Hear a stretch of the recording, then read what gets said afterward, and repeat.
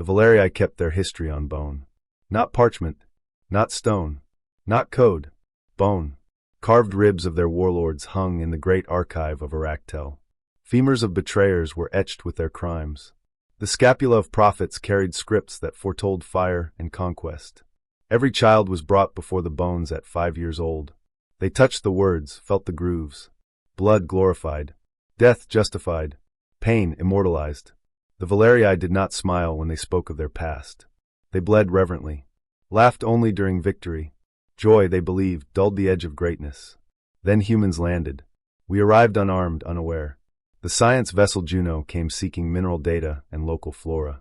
What it found was a society forged in beautiful cruelty, an artful brutality bound so tightly it masqueraded as sacred tradition. They let us stay. Curiously. Our laughter confused them.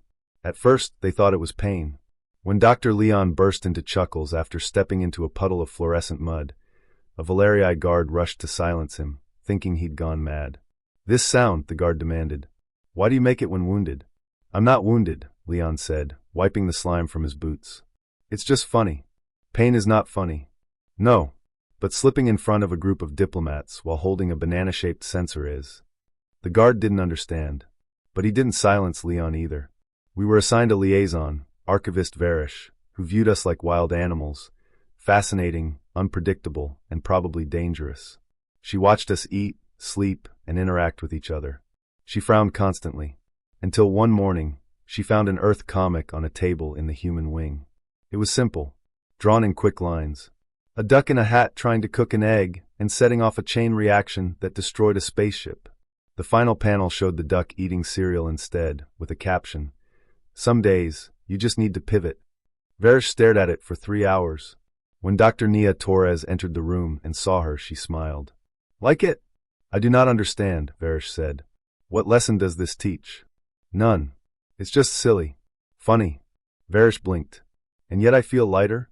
"That's joy." Varish requested more. We gave her comics. Jokes. Sarcastic observations. Banana peel videos. Puns that made translators cry. She devoured them with the hunger of someone raised on a diet of dust. One evening she asked, "Would your people ever write history this way?" Nia raised an eyebrow. "You mean funny?" "Yes. Not in bone. But in laughter." Nia grinned. "Always. Wanna see?" That night, they drew on a napkin. A stick figure Valerii holding a massive ceremonial blade, being defeated by a child wielding a balloon sword. Underneath, "End of the Bone Age." Varish stared at it and laughed. The sound echoed down the marble corridor like glass bells in a storm. By morning, she had copied it, then added her own. Stick figure ancestors dramatically lamenting over a spilled ink pot. Caption, "The Great Ink Rebellion begins." Nia pinned it on the door of the mess hall. By the end of the week, over 50 Valerii had added their own comics. Everyone poked fun at their traditions with affection, not contempt. A rite of grief replaced with a dance-off. A sacred duel interrupted by an errant soccer ball. It became known as the Laughing Ink Wall. The elders were furious. They stormed the human compound, demanding an end to the insulting desecration. Varish stood before them, trembling, and then invited them inside. She pointed at the wall. "Your generation carved suffering into bone. Ours is learning to write joy into paper. Let us evolve." There was silence. Then a young scribe stepped forward, pulled a marker from a human's pocket, and drew a comic of a high priest tripping over his ceremonial robes. The caption read, "Perhaps shorter skirts?" The eldest looked at it and chuckled. That was the crack. After that, it spread. Scrolls replaced bone. Satire crept into sacred scripts. Schools began teaching humor alongside history. Not to erase the past, but to reclaim it. For the first time, Valerii children laughed when they learned about their ancestors, not out of mockery, but as a shield against fear. They could giggle at the tyrants and feel less small. They could see the foolishness behind the cruelty.